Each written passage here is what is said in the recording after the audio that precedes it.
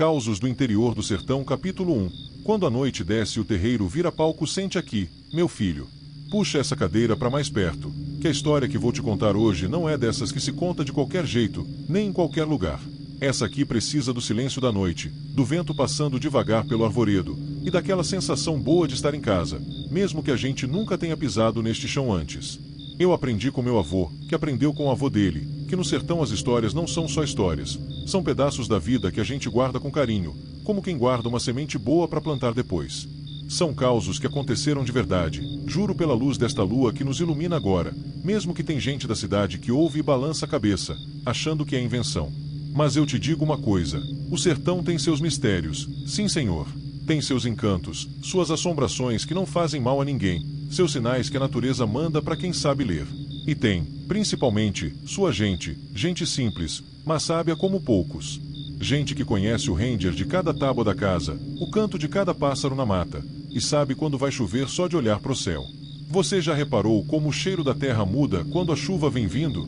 Aquele perfume bom, de esperança e renovação, que faz o coração da gente bater mais forte. Pois é, no sertão, a gente aprende a prestar atenção nessas coisas. A vida aqui ensina que tudo tem seu tempo, seu sinal, seu recado. Hoje vou te contar vários causos, uns que me aconteceram, outros que ouvi de gente de confiança, daquelas que não mentem nem se a vida delas dependesse disso. São histórias de vaqueiro que viu luz estranha na chapada, de caminhoneiro que pegou carona que não era deste mundo, de benzedeira que curou mal que médico nenhum descobria. São causos de compadre que sumiu 3 dias e voltou sem lembrar de nada, de criança que conversava com gente que mais ninguém via, de festa de São João onde aconteceu o inexplicável. O lampião aqui do lado tá tremendo, você tá vendo? É porque a história já tá querendo ser contada.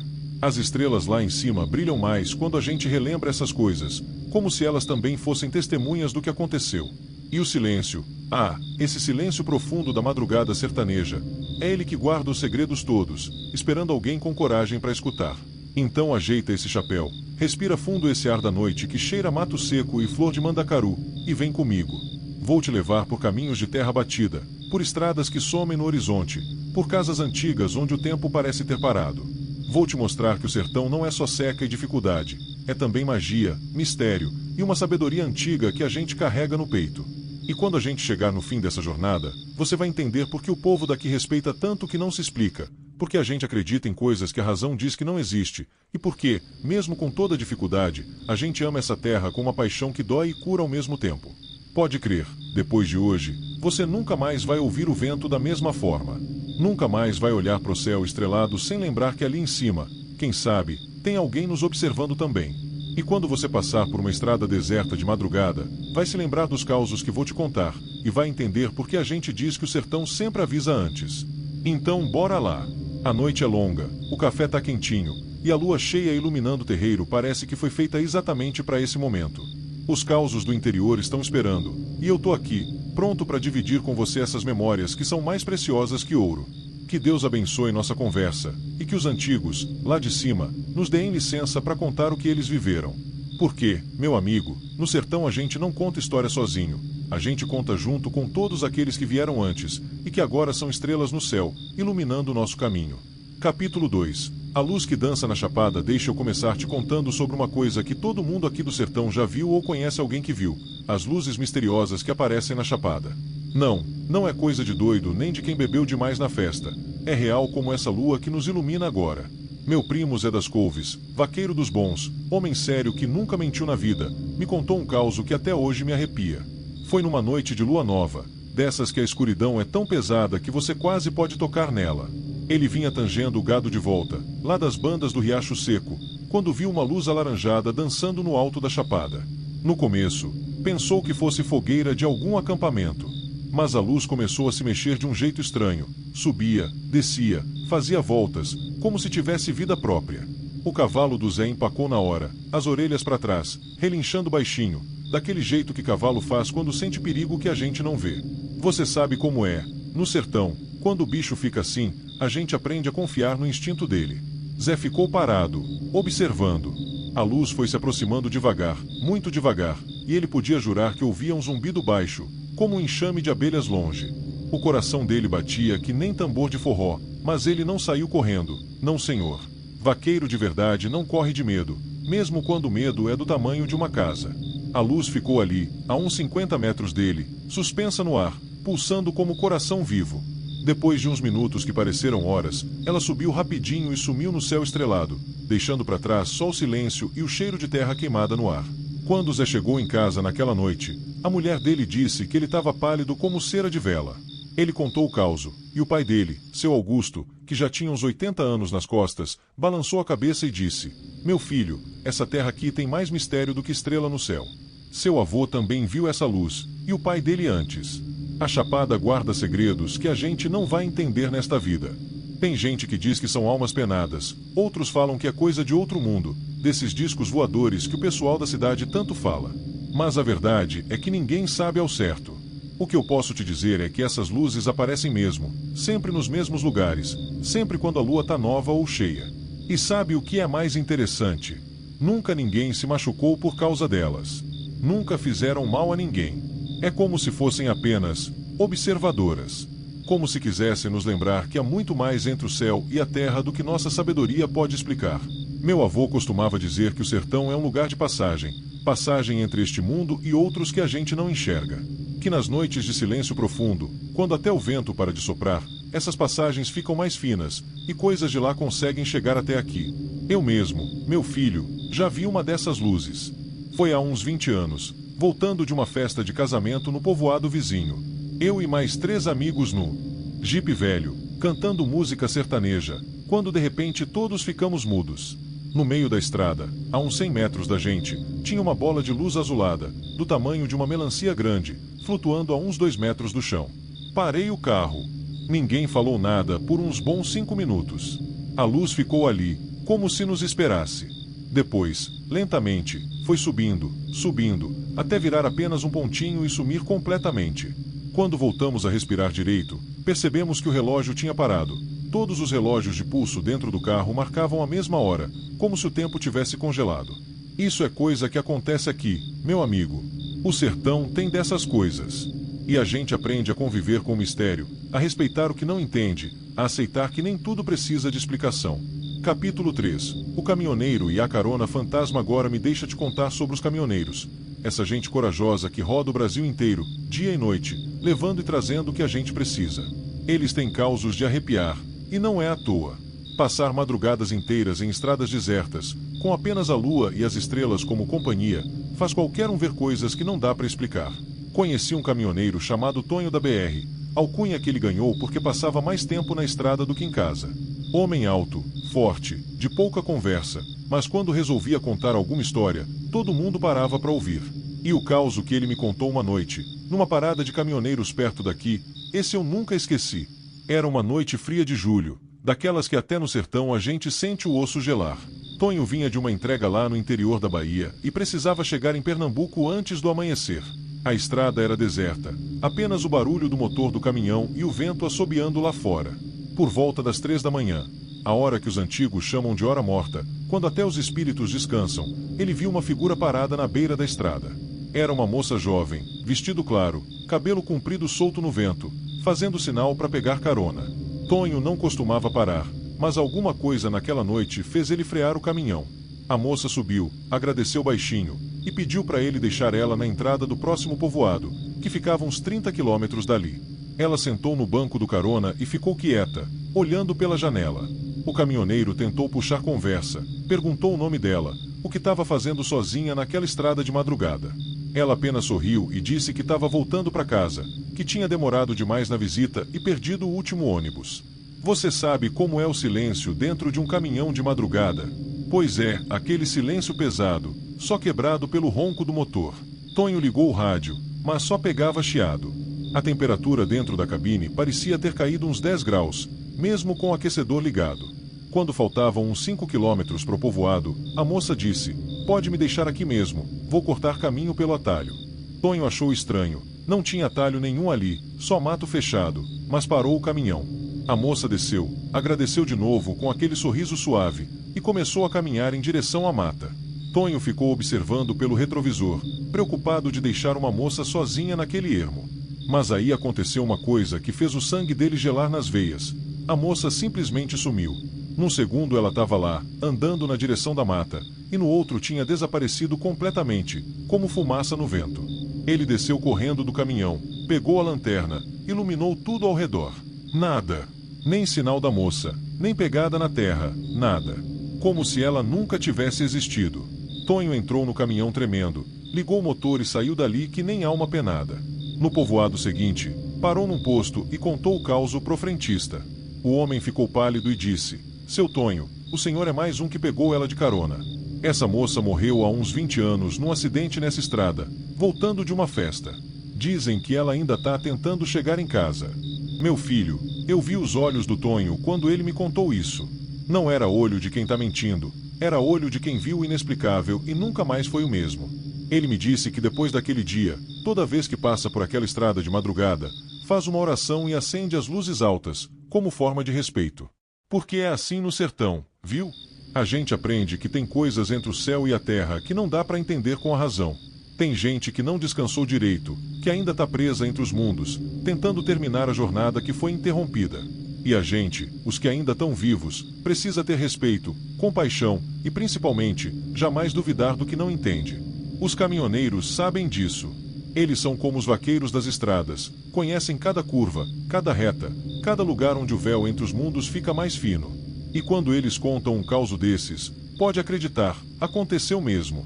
Capítulo 4. As benzedeiras e seus segredos. Agora vou te falar de uma das coisas mais sagradas que tem no sertão, as benzedeiras.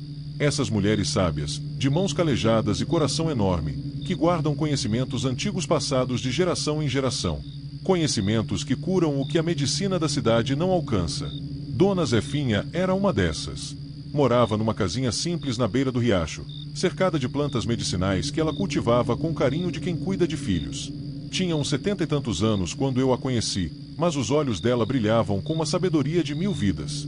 Você chegava na casa dela com qualquer problema, mal-olhado, quebranto, espinhela caída, dor que médico nenhum descobria a causa, e ela sabia exatamente o que fazer. Não cobrava nada, nunca. Dizia que o dom dela tinha sido dado por Deus, e cobrar seria perder a força da benzedura. Me lembro de uma vez que levei meu sobrinho lá. O menino tinha uns 5 anos e estava dias sem comer direito, chorando de noite, com febre que ia e voltava sem motivo. Médico passou remédio, não adiantou. Foi quando minha mãe disse: "Leva na Dona Zefinha, isso é quebranto." Chegamos lá numa tarde de sol quente, daquele que racha a terra seca. Dona Zefinha olhou para o menino e logo disse: "Esse menino tá carregado." "Sim, senhor." Alguém olhou para ele com inveja, com peso no coração. Ela pegou 3 brasas do fogão a lenha, colocou numa cuia com água, fez umas orações baixinho que não dava para entender direito, e soprou na testa do menino fazendo o sinal da cruz. A água ficou oleosa, as brasas estalaram de um jeito estranho. Ela repetiu isso 3 vezes, sempre orando, sempre com aquela concentração profunda de quem está conversando com forças maiores. Quando terminou, disse: "Pronto. Amanhã o menino já está melhor. Só não pode tomar sereno nos próximos 3 dias." E acredita se quiser, no dia seguinte o menino acordou pedindo comida, brincando, sem febre, como se nunca tivesse estado doente. Minha mãe chorou de alegria e voltou na casa da Dona Zefinha levar um frango caipira de agradecimento. A benzedeira aceitou com um sorriso, mas disse: "Não precisa agradecer a mim, filha. Agradeça a Deus e aos santos. Eu sou só um instrumento." Tinha outro caso também, do compadre Sebastião, que caiu do cavalo e ficou com uma dor nas costas que não passava de jeito nenhum. Diziam que tinha deslocado a espinhela, aquele ossinho do peito que, quando sai do lugar, causa um sofrimento danado. Ele foi em 3 médicos diferentes, nenhum achou nada. Até que a mulher dele insistiu: "Vai na Dona Zefinha, homem teimoso." Dona Zefinha mediu a espinhela dele com uma linha, comparou as medidas e confirmou: estava fora do lugar mesmo. Ela fez uma massagem específica, rezou orações antigas, soprou e mandou ele voltar no dia seguinte. 3 sessões dessas, e o compadre Sebastião estava bom de novo, trabalhando na roça como antes. Essas benzedeiras conhecem os segredos das plantas também. Chá de quebra-pedra para pedra nos rins, lambedor de hortelã com mel para tosse, banho de arruda e alecrim para tirar mal-olhado, emplastro de língua dívaca para ferida que não cicatriza. É uma sabedoria que vem de longe, dos indígenas, dos africanos, dos portugueses antigos, tudo misturado numa coisa só, que funciona porque tem fé, tem conhecimento e tem amor. Dona Zefinha me ensinou uma coisa que eu nunca esqueci. Ela disse: "Meu filho, remédio sem fé não cura." E fé sem cuidado também não adianta. Tem que ter os dois, a fé que move montanhas e o conhecimento que Deus plantou na natureza para a gente usar. Quando ela morreu, foi como se uma biblioteca inteira tivesse se queimado. Ela não deixou filhos, e nem toda a sabedoria dela passou para frente. Algumas rezas se perderam, alguns segredos foram com ela pro túmulo. Por isso é que eu digo, quando você encontrar uma benzedeira de verdade, escute com respeito. Aprenda o que puder, porque essa sabedoria está se apagando como brasa no fim da noite. Mas ainda tem benzedeiras por aí, graças a Deus. E enquanto tiver gente com fé, com respeito pelo mistério e com amor para curar quem sofre, essa tradição vai continuar viva no sertão. Capítulo 5. O vaqueiro que conversava com os animais tem histórias no sertão que a gente escuta e pensa: não é possível, deve ter sido a imaginação do povo. Mas aí você conhece a pessoa que viveu o caos, olha nos olhos dela e sabe que está diante de algo que não dá para explicar com palavras simples. Era o caso do vaqueiro Damião, homem quieto, de poucas falas, que trabalhava numa fazenda grande lá para os lados do Rio São Francisco. Diziam que ele tinha um dom especial, um jeito de lidar com os bichos que ninguém nunca tinha visto igual. O gado mais bravo, aquele touro que ninguém conseguia laçar, ficava manso quando Damião chegava perto. Os cavalos selvagens, que davam coice e mordida em todo mundo, comiam na mão dele.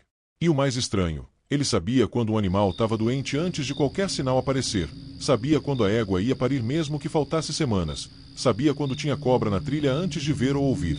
O patrão dele, seu Raimundo, me contou que uma vez perguntou pro Damião como ele fazia aquilo. O vaqueiro ficou um tempo calado, como quem pondera se deve ou não revelar um segredo, e depois disse baixinho: seu Raimundo, os bichos falam. Só que não falam com palavras que nem a gente. Eles falam com o corpo, com o olhar, com o cheiro, com a maneira de ficar parado ou inquieto. E tem mais, eles sentem o coração da gente. Se você chega com medo, eles ficam com medo. Se chega com raiva, eles ficam bravos. Mas se chega com respeito e carinho, eles entendem e confiam. Mas não era só isso não, meu filho. Tinha algo mais profundo. Diziam que Damião conversava mesmo com os animais, numa linguagem que só eles entendiam. Uma vez, um boi da fazenda sumiu no mato fechado. Já tinham procurado 3 dias, nada. O patrão já tinha dado como perdido, pensando que bicho do mato tinha pego. Aí Damião pediu licença para procurar. Foi sozinho, sem cachorro, sem nada.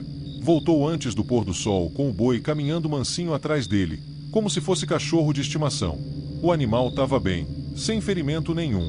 Quando perguntaram como ele tinha achado, Damião só disse: eu sabia onde ele estava. Ele me chamou. Você sabe como é. No sertão a gente aprende que tem pessoas com dons diferentes. Uns veem coisas que outros não veem, outros sentem coisas que passam batido para a maioria. E tem aqueles, como o Damião, que parecem ter uma conexão especial com o mundo natural, como se falassem uma língua antiga que o resto da humanidade esqueceu. Meu avô dizia que antigamente, quando o mundo era novo, todos os homens conversavam com os animais. Que as árvores falavam, os rios cantavam histórias, e a terra contava seus segredos para quem soubesse escutar. Mas aí a gente foi se afastando da natureza, foi parando de prestar atenção, e perdeu esse domingo. Só que de vez em quando nasce alguém que ainda tem isso no sangue. Alguém que consegue ouvir o que o vento conta, entender o recado que o gavião manda lá de cima, sentir o que o cavalo está pensando só de botar a mão no pescoço dele. Damião era assim. E o mais bonito é que ele não se gabava disso, não achava que era especial. Para ele, era natural, era só prestar atenção. Ele dizia: qualquer um pode aprender, basta querer. Basta parar de falar tanto e começar a escutar mais. A natureza está sempre falando, é a gente que não escuta. Uma vez eu estava na fazenda quando uma tempestade feia começou a se formar. O céu ficou escuro, o vento aumentou, trovão roncando longe. Todo mundo correu para recolher os animais, fechar as porteiras. Mas Damião ficou parado, olhando para o céu, como se estivesse lendo algo escrito nas nuvens. Não vai cair chuva aqui não, ele disse. Vai desviar.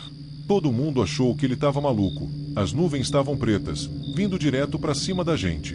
Mas ele insistiu: confia em mim. Essa tempestade vai pro lado de lá. E foi exatamente isso que aconteceu. A chuva passou rente à fazenda, molhou as terras vizinhas, mas ali não caiu uma gota. Perguntei para ele depois como ele sabia. Ele deu de ombros e disse: o vento me contou. Tinha cheiro de terra molhada vindo de outro lado, e os pássaros estavam voando para cá, não fugindo. Quando a chuva vai cair num lugar, os pássaros fogem. Quando ela vai passar longe, eles vêm se abrigar. Viu só? Conhecimento que vem da observação, da paciência, de passar a vida inteira em contato com a natureza.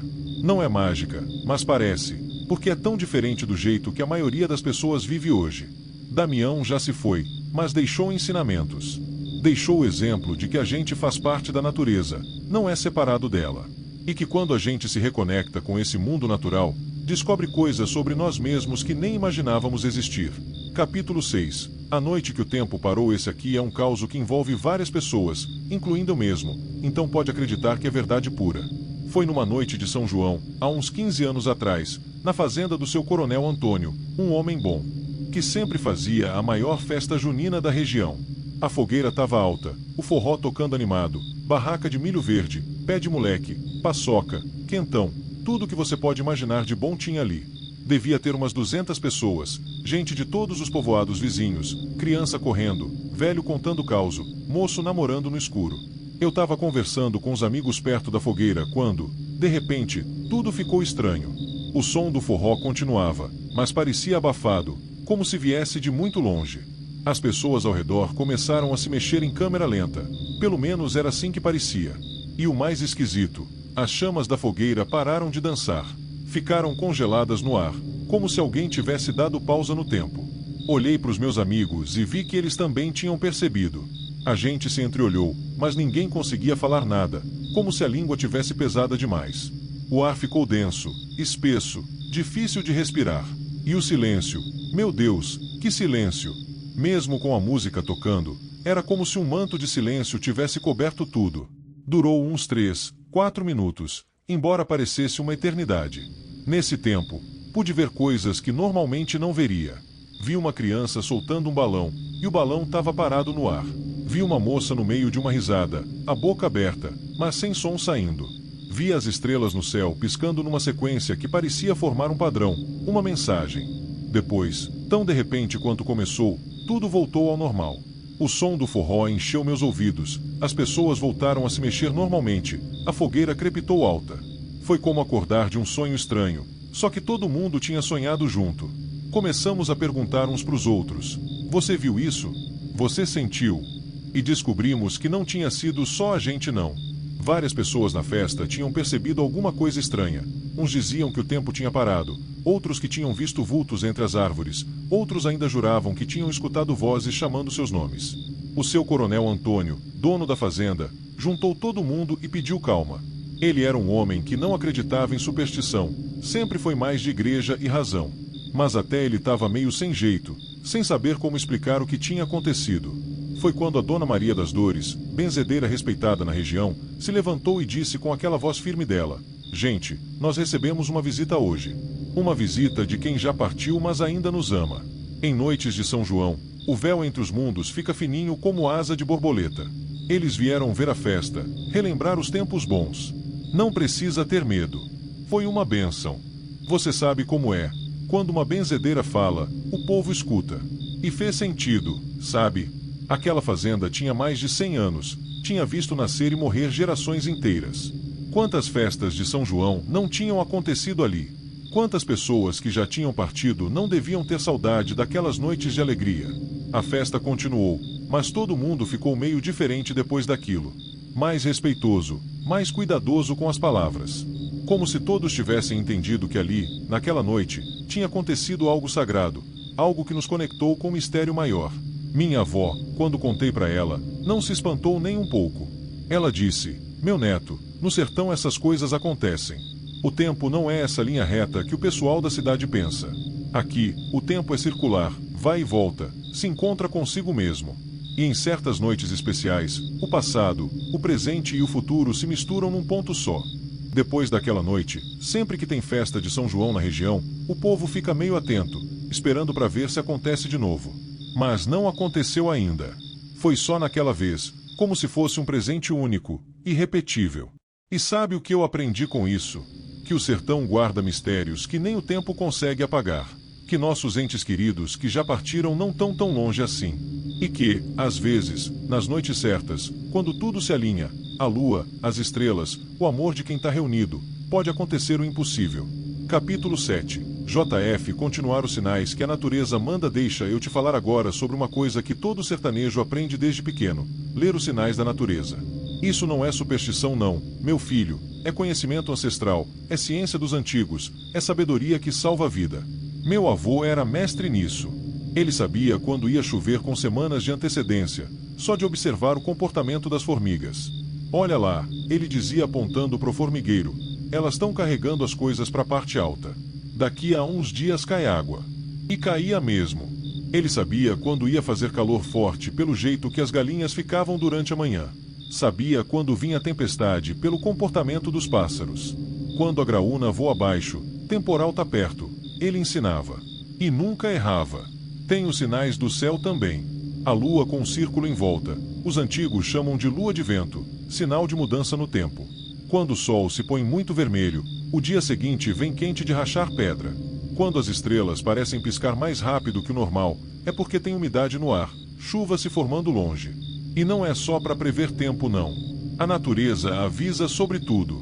Quando os cachorros uivam todos juntos de madrugada, é sinal de que alguém está passando no outro lado. Não precisa ter medo, mas precisa ter respeito. Quando o galo canta fora de hora, visita inesperada vem chegando. Quando a borboleta preta entra em casa, é mudança grande vindo na vida de alguém da família. Minha mãe conta que quando ela estava grávida de mim, uma rolinha foi fazer ninho na janela do quarto dela. A avó dela disse na hora, esse menino vai ser calmo, pacífico. A rolinha só faz ninho onde tem paz. E parece que ela estava certa, porque eu sempre fui meio tranquilo mesmo, não sou de briga nem confusão. Tenho os sinais das plantas também. Quando o mandacaru floresce mais do que o normal, é sinal de ano bom, de fartura.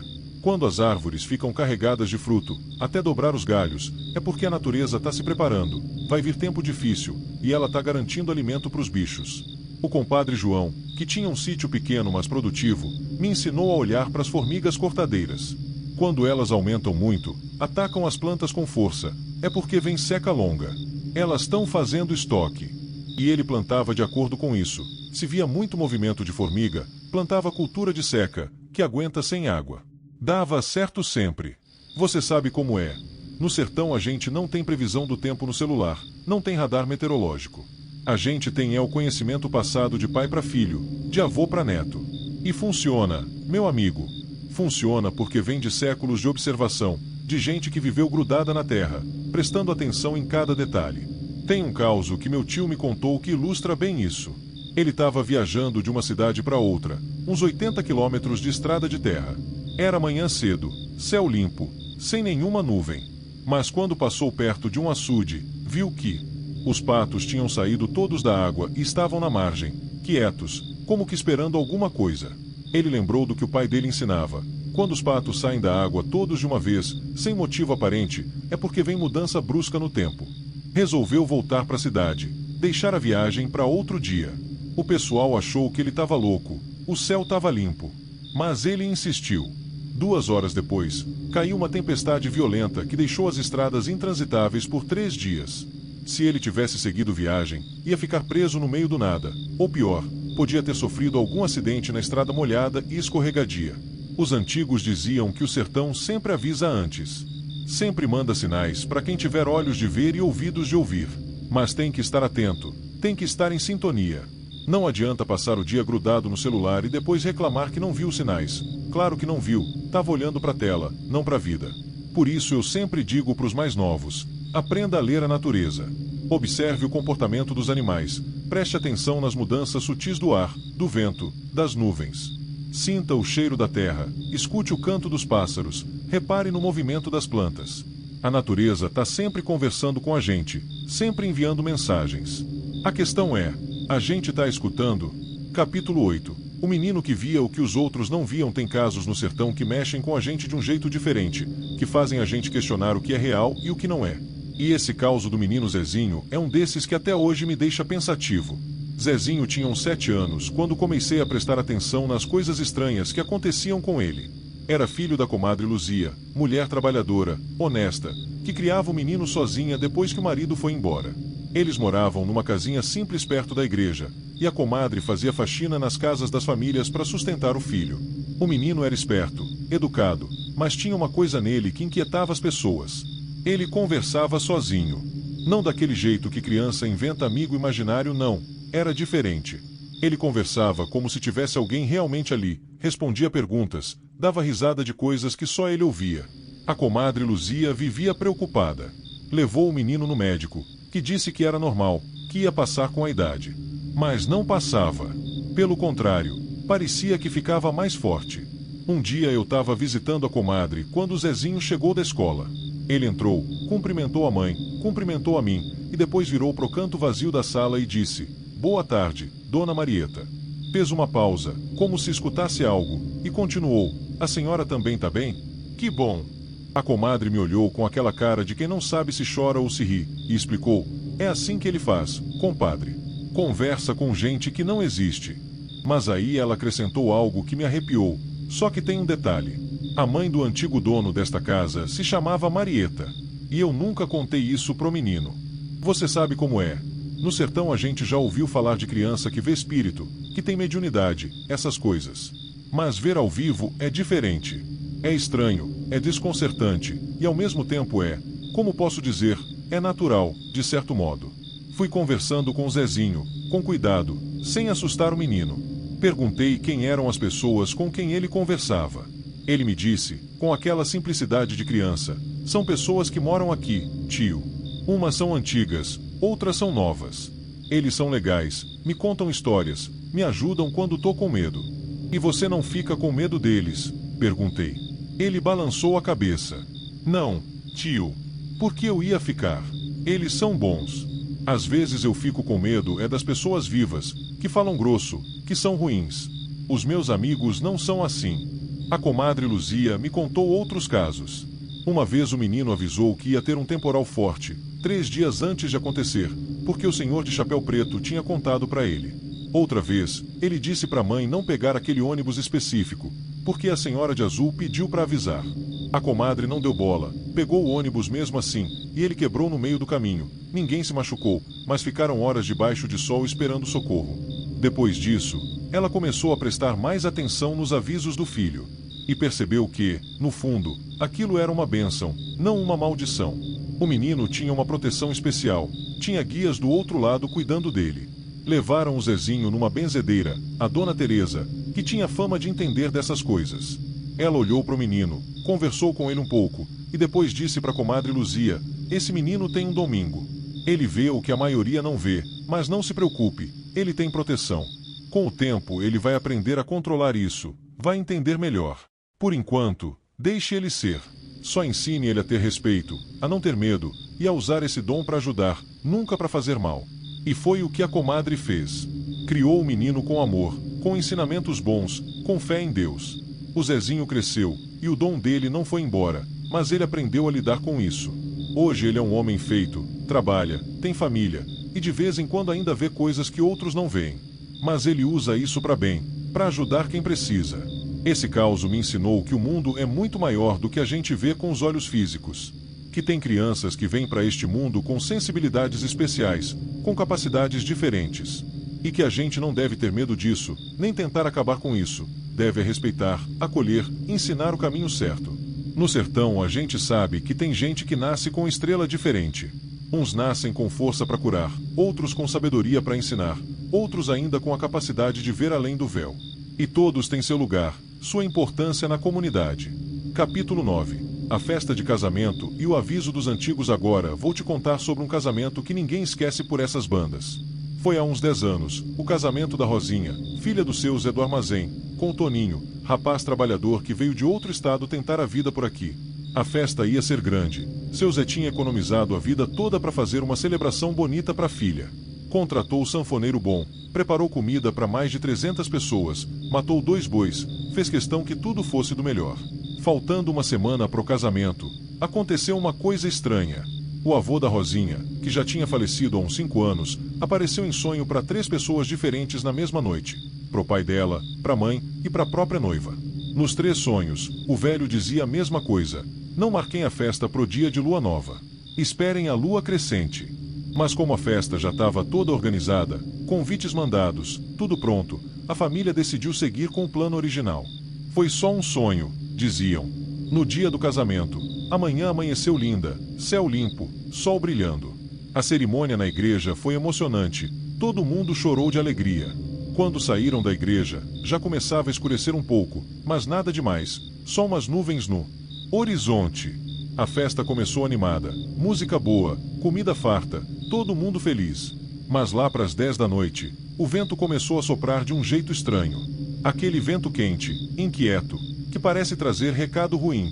O céu ficou escuro de repente, nuvens pesadas cobrindo as estrelas. E aí começou. Não era uma tempestade comum não, meu filho.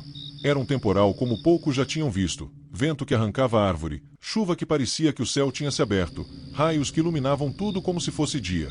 Você sabe como é uma festa de casamento no sertão. Geralmente é no terreiro, barraca grande de lona, às vezes nem isso.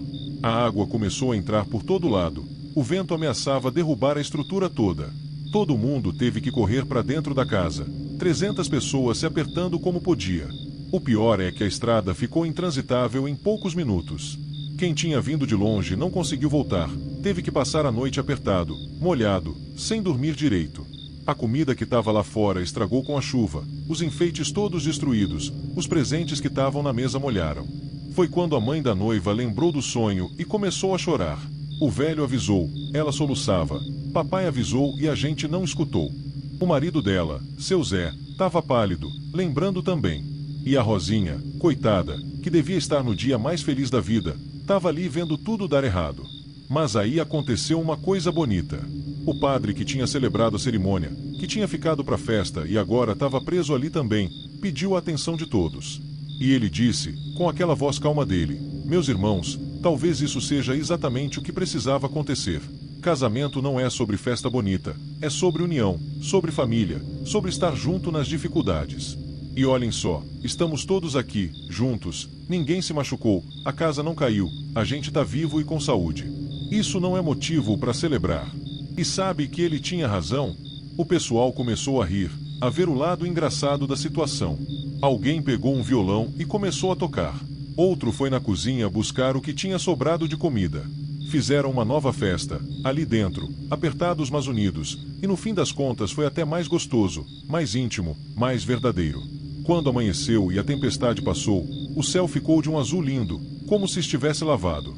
E no terreiro, onde tinha sido toda aquela destruição, tinha uma coisa incrível, uma parte dos enfeites, justamente os que tinham sido feitos pela avó falecida da noiva. Aquelas florzinhas de papel que ela fazia tão bem, tinham sido poupadas da chuva. Estavam ali, intactas, como se uma mão invisível tivesse protegido só aquilo. A mãe da Rosinha viu aquilo e disse, ele estava aqui. Papai estava aqui na festa, cuidando do que era importante para ele. E todo mundo sentiu, aquela presença amorosa, aquela certeza de que os que já partiram ainda acompanham os momentos importantes da família.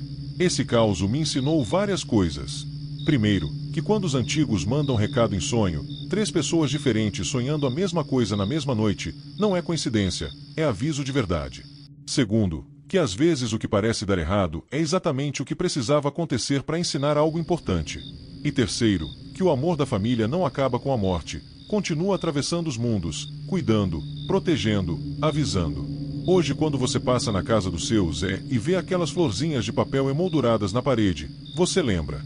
Lembra que o sertão tem seus mistérios, seus avisos, suas proteções.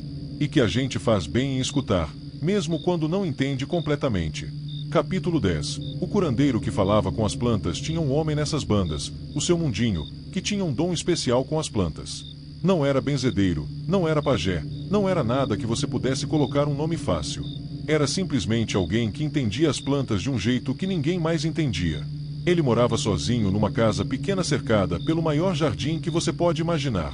Tinha todo tipo de planta ali, medicinais, ornamentais, frutíferas, até aquelas que a maioria nem conhece o nome. E o mais impressionante, todas vicejavam, todas floresciam, mesmo no meio da seca, mesmo quando as plantas dos vizinhos morriam de sede.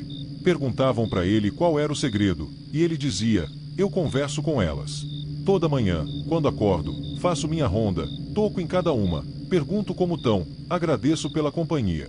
O povo achava que era conversa de velho excêntrico, mas eu tive a oportunidade de ver aquilo de perto, e posso te garantir, tinha algo ali que ia além do cuidado comum. Uma vez, a comadre Socorro estava com uma planta de arruda que insistia em morrer, não importava o que ela fizesse. Já tinha trocado de vaso, mudado de lugar, regado mais, regado menos, nada adiantava. Foi quando alguém sugeriu: leva no seu mundinho, ele resolve. Ela levou a planta murcha, meio desacreditada. Seu mundinho pegou o vaso, segurou nas mãos, ficou uns bons 5 minutos em silêncio, como se estivesse ouvindo algo. Depois disse: essa planta tá triste. Ela foi arrancada da terra onde nasceu, separada das irmãs dela, colocada num vaso pequeno. Ela tá com saudade.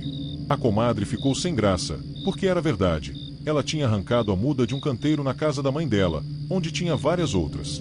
Seu mundinho plantou a arruda num cantinho do jardim dele, entre outras plantas, falou com ela baixinho. A comadre jurava que ouviu ele dizer: agora você tem família de novo, e regou com cuidado especial. 3 dias depois, a arruda já estava verde de novo, brotando. 1 semana depois, estava linda. Seu mundinho deu uma muda nova para a comadre, mas avisou: plante ela perto de outras plantas. Elas gostam de companhia, não gostam de ficar sozinhas. Você sabe como é. No sertão a gente aprende que tudo tem vida, tudo tem sentimento. As plantas não são diferentes. Elas sentem quando a gente cuida com amor, sentem quando a gente tá com raiva, sentem quando tão sozinhas ou acompanhadas. Seu mundinho me contou uma vez que quando ele era criança, tinha uma goiabeira no quintal da casa dos pais dele. Aquela árvore era a preferida dele. Ele subia, ficava horas lá em cima lendo, sonhando, conversando sozinho. Quando ele cresceu e foi morar em outra cidade para trabalhar, a árvore começou a secar. Em 2 anos, morreu completamente. Ela morreu de saudade de mim, ele disse sem nenhuma vergonha. Assim como eu quase morri de saudade dela. Por isso que quando voltei pro sertão, jurei que ia fazer um jardim, ia cuidar de plantas, ia compensar aquela perda. E ele cumpriu. O jardim dele virou um santuário de cura. Gente vinha de longe buscar remédio dele, chá para pressão alta, lambedor para tosse, pomada para ferida, banho para mal-olhado. E ele dava tudo de graça, só pedia que as pessoas conversassem com as plantas em casa, que tratassem elas com respeito. Ele me ensinou a fazer uma coisa que eu pratico até hoje. Toda vez que vou regar uma planta, eu falo com ela. Não precisa ser nada elaborado, só um bom dia, como você tá? Ou um obrigado por estar aqui comigo. E posso te garantir, as plantas que eu converso crescem melhor, ficam mais bonitas, mais fortes. Tem gente que vai rir disso, dizer que é bobagem. Mas tem estudo científico hoje que prova que as plantas reagem a sons, a vibrações, até a intenções. Os antigos já sabiam disso, sem precisar de laboratório.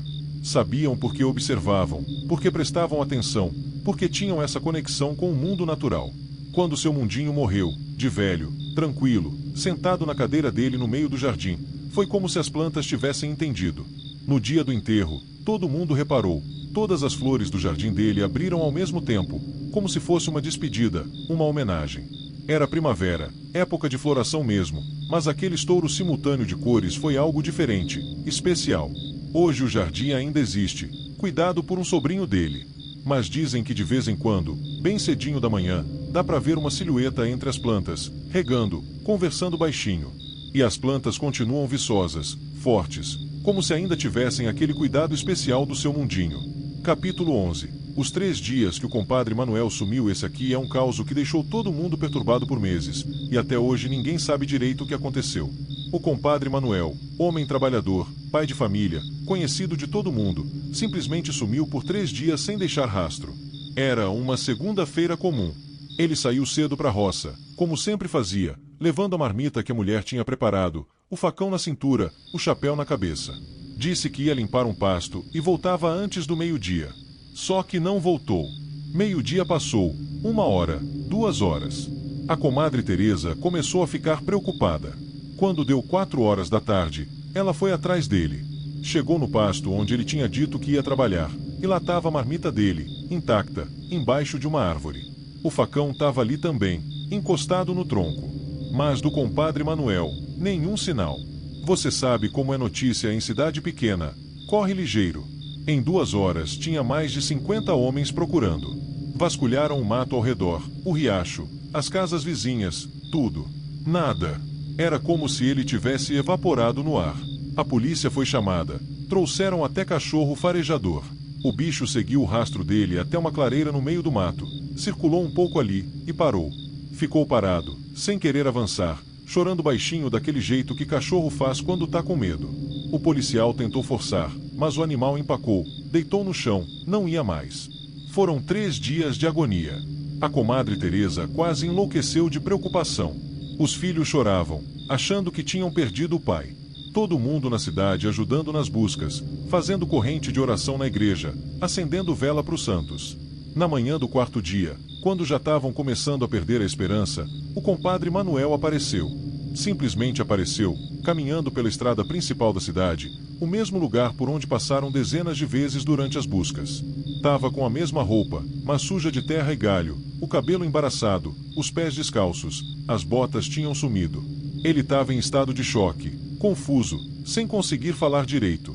Levaram ele para o médico, que examinou e não achou nada de errado fisicamente, sem ferimento, sem desidratação severa, nada que indicasse que ele tinha passado 3 dias perdido no mato. Quando ele finalmente conseguiu falar, o que ele disse não fez muito sentido. Dizia que tinha visto uma luz, que tinha seguido a luz, que tinha chegado num lugar onde tinha outras pessoas, mas pessoas estranhas, que falavam de um jeito que ele não entendia. Dizia que lá não tinha tempo, que parecia que tinha ficado só algumas horas, não dias. Eu não estava perdido, ele repetia, eu sabia onde estava. Só não conseguia voltar. Era como se tivesse uma parede invisível me impedindo. Quando perguntavam sobre comida, água, ele dizia que tinha comido e bebido lá, mas não lembrava o que era. Só lembrava que tinha gosto diferente de tudo que já tinha provado. A família, desesperada para entender, chamou a dona Cotinha, uma rezadeira antiga que entendia dessas coisas.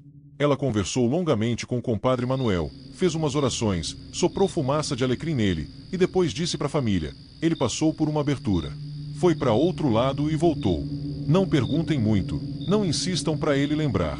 Às vezes é melhor esquecer. O importante é que ele voltou inteiro, e isso é uma bênção. Com o tempo, o compadre Manuel foi voltando ao normal. Retomou o trabalho, a vida com a família. Mas quem convivia com ele percebia que tinha algo diferente. Ele ficou mais quieto, mais pensativo.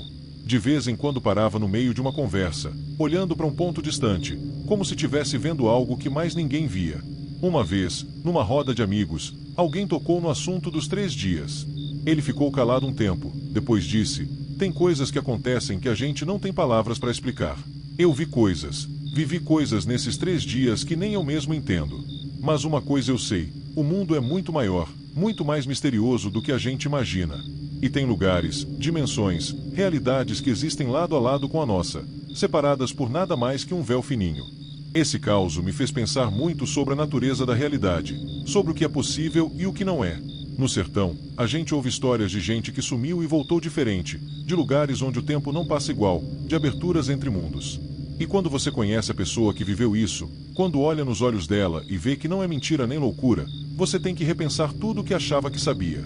O sertão guarda esses mistérios como quem guarda tesouro. E talvez seja melhor assim, algum mistério, alguma magia, alguma coisa que a ciência ainda não explica. Porque isso nos lembra que a gente não sabe tudo, que há sempre mais a descobrir, mais a respeitar, mais a admirar nesse universo imenso. Capítulo 12. A cantoria que veio do céu. Esse caos aqui é meio diferente, porque envolveu uma cidade inteira. Não tem como alguém duvidar, porque todo mundo ouviu, todo mundo testemunhou. Foi há uns 8 anos, numa noite de dezembro, perto do Natal. Era uma noite quente, dessas de fim de ano, com o céu mais estrelado que você pode imaginar. Devia ser umas 11 da noite quando começou. Um som distante, como se fosse um coral cantando. No começo, as pessoas pensaram que era alguma igreja fazendo celebração. Mas o som não vinha de nenhuma direção específica. Vinha de todo lugar ao mesmo tempo, como se o próprio ar estivesse cantando. Você sabe como é cidade pequena do interior. As casas são próximas, todo mundo se conhece. Em poucos minutos, a rua principal estava cheia de gente saindo de casa para ver de onde vinha aquele som. E aí todos perceberam, o som vinha de cima, do céu. Era uma melodia linda, harmoniosa, como se centenas de vozes estivessem cantando juntas. Não dava para entender as palavras, se é que eram palavras, mas a emoção que aquela música passava era inconfundível. Paz, amor, esperança. Tinha gente chorando na rua, sem saber porquê, apenas sentindo aquela onda de emoção que a cantoria trazia. Durou uns 20 minutos, talvez meia hora. Nesse tempo, a cidade inteira parou. Motoristas que passavam na rodovia pararam os carros e saíram para escutar. Cachorros pararam de latir. Até os grilos ficaram quietos, como se também estivessem ouvindo. O padre da cidade, Padre João, saiu da igreja correndo quando ouviram o som. Ele ficou ali no meio da praça, de braços abertos para o céu, com lágrimas escorrendo pelo rosto. Depois ele disse que aquela era a coisa mais próxima do divino que ele já tinha experimentado na vida. Quando a cantoria finalmente parou, o silêncio que ficou era profundo, quase palpável. As pessoas se olhavam, sem saber o que dizer, sem conseguir processar o que tinha acabado de acontecer. Algumas começaram a rezar, outras apenas continuaram olhando para o céu, como se esperassem que voltasse. Nos dias seguintes, teve todo tipo de teoria. Gente dizendo que era anjos, outros que era algum fenômeno atmosférico raro, tinha até quem achasse que era coisa de outro planeta. Vieram jornalistas da capital, gente com equipamento de gravação, tentando capturar o fenômeno se ele voltasse a acontecer. Mas não voltou. Foi só naquela noite, como se fosse um presente único, irrepetível. E o mais interessante, ninguém tinha conseguido gravar. Várias pessoas tentaram, pegaram o celular, ligaram grave JF e continuar a dor, mas na hora de ouvir depois, só tinha estática ou silêncio. Como se aquela música fosse para ser ouvida só naquele momento, não para ser capturada ou reproduzida. A dona Regina, senhora de 90 anos que era a pessoa mais velha da cidade, disse uma coisa que ficou na memória de todo mundo: eu já tô com um pé no céu e outro na terra. E posso dizer que o que escutei essa noite foi um vislumbre do que nos espera do outro lado. Era música celestial, não tem outra explicação. Depois daquela noite, a cidade ficou diferente. As pessoas ficaram mais gentis umas com as outras, mais pacientes, mais gratas. Era como se aquela cantoria tivesse despertado algo nas pessoas, lembrando elas do que realmente importa na vida. As brigas antigas foram esquecidas, famílias que não se falavam há anos se reconciliaram. E todo Natal desde então, às 11 da noite, o povo se reúne na praça, em silêncio, esperando. Esperando que talvez a cantoria volte, que aquele presente se repita. Ainda não voltou, mas a esperança permanece. E mesmo que nunca mais volte, aquela noite ficou gravada na memória coletiva como prova de que existe algo maior, algo sagrado, algo que transcende nossa compreensão limitada. Eu estava lá naquela noite. Ouvi com meus próprios ouvidos, senti com meu próprio coração.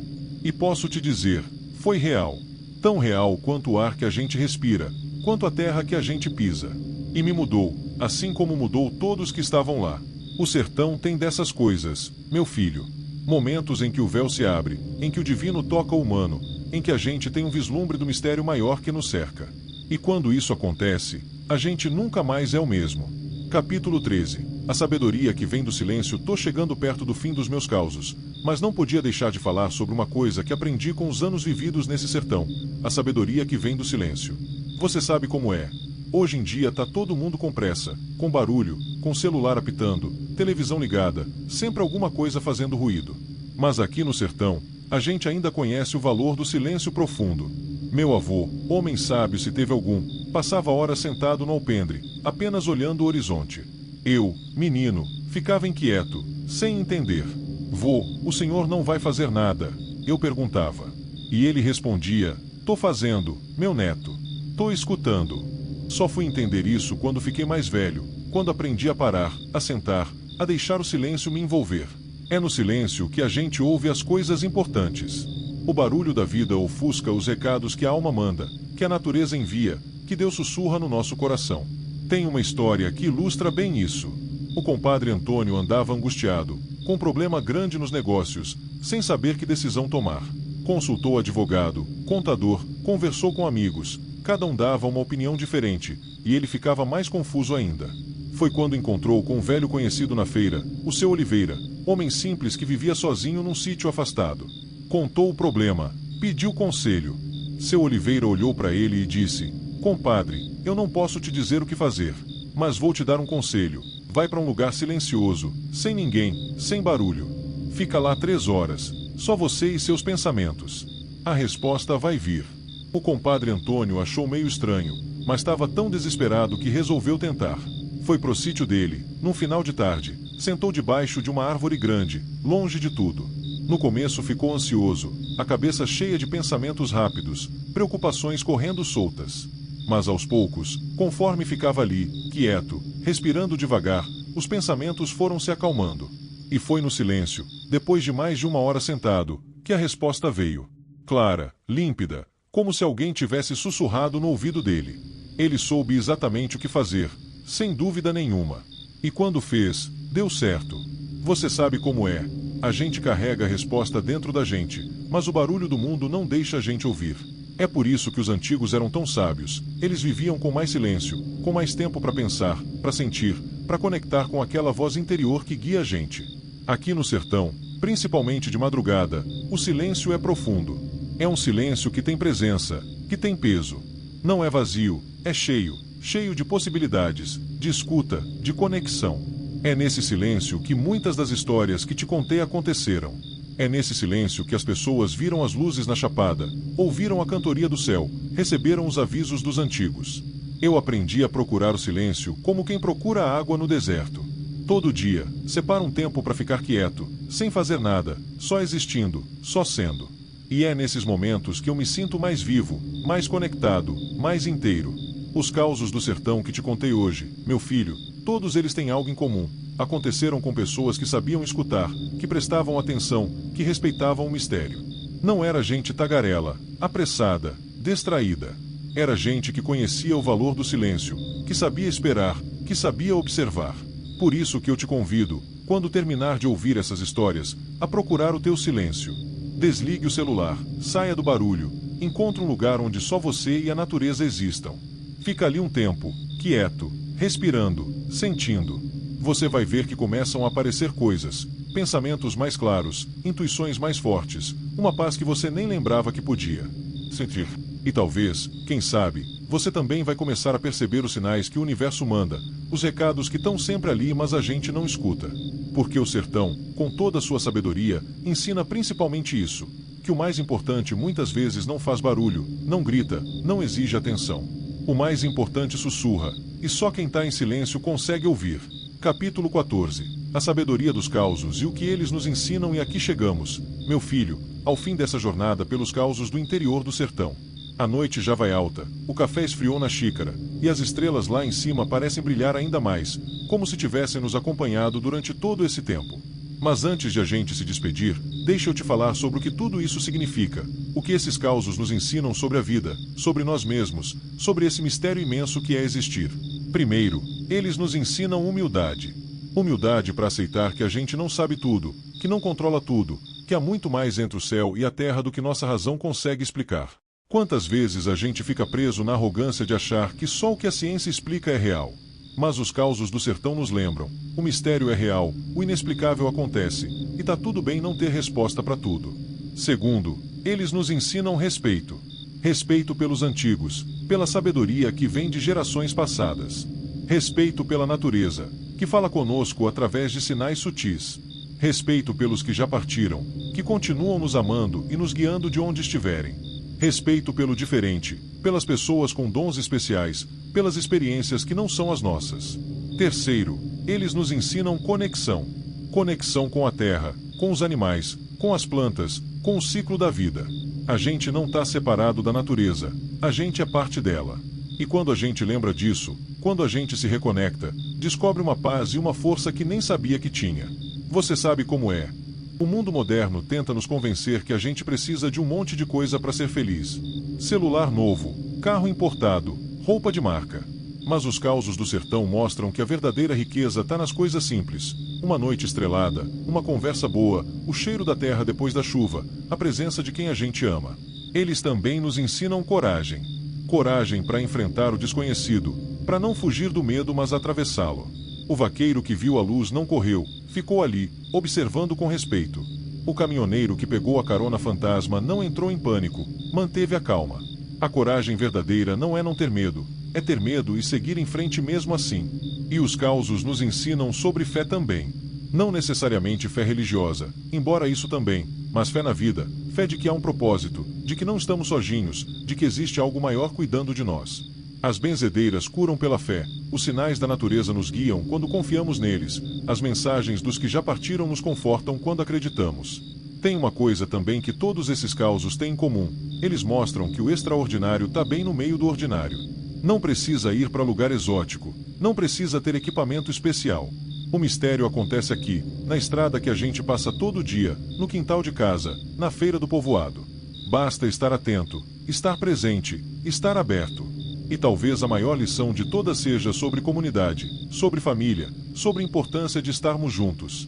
Repara como todos os causos que te contei envolvem outras pessoas: o compadre que ajudou, a benzedeira que curou, a família que se preocupou, a cidade inteira que testemunhou. A gente não vive sozinho, não enfrenta os mistérios da vida sozinho. A gente precisa uns dos outros, precisa dessa rede de amor e cuidado que nos sustenta. Por isso que as histórias são tão importantes, meu filho. Por isso que a gente senta no terreiro, acende o lampião, faz o café e passa a noite contando causos. Porque através delas a gente passa conhecimento, sabedoria, valores. A gente mantém viva a memória dos que vieram antes, a gente ensina os mais novos, a gente cria laços que duram para sempre. E agora, quando você sair daqui, quando voltar para sua vida, você vai levar esses causos no coração.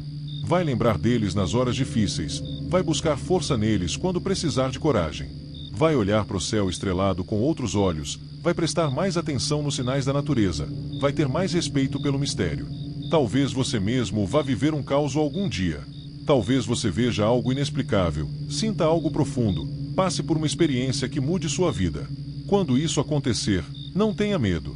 Aceite com gratidão, aprenda o que tiver que aprender, e depois, quando a hora chegar, sente no terreiro e conte para outros, assim como eu contei para você hoje. Porque é assim que a sabedoria do sertão se mantém viva, passando de boca em boca, de coração para coração, de geração para geração. São essas histórias que nos ligam aos nossos antepassados, que nos dão identidade, que nos fazem lembrar quem somos e de onde viemos. O sertão é mais que um lugar, meu filho. É um estado de espírito, é uma forma de ver o mundo, é uma sabedoria antiga que resiste ao tempo. E enquanto tiver alguém para contar os causos, para manter viva a chama dessa tradição, o sertão nunca vai morrer. Vai continuar ali, vivo no coração de quem acredita, de quem respeita, de quem ama essa terra abençoada. Então eu te agradeço por ter ficado aqui comigo essa noite toda, escutando com atenção e respeito. Te agradeço por manter o coração aberto para o mistério, por acreditar que há muito mais na vida do que o olho vê. E te deixo com essa bênção, que você caminhe sempre com os pés na terra e os olhos no céu, que você escute os recados que o universo manda, e que você nunca perca a capacidade de se maravilhar com os mistérios da vida. A lua já está se pondo, o dia vai amanhecer logo ali. Mas essas histórias vão ficar, ecoando no seu coração, lembrando você de que nesse sertão imenso, cheio de desafios, mas também cheio de magia, a gente nunca está sozinho. A gente tem os antigos nos guiando, a natureza nos ensinando, e uns aos outros nos sustentando. Que Deus te abençoe, que os santos te protejam, e que o sertão sempre te receba de braços abertos, com sua sabedoria, seus mistérios e seus causos que nunca envelhecem. Vá em paz, meu filho. E quando você olhar para o céu na próxima noite estrelada, lembra dos causos que te contei aqui. E sorri, porque você vai saber que faz parte dessa história grande, bonita e misteriosa que é viver no sertão.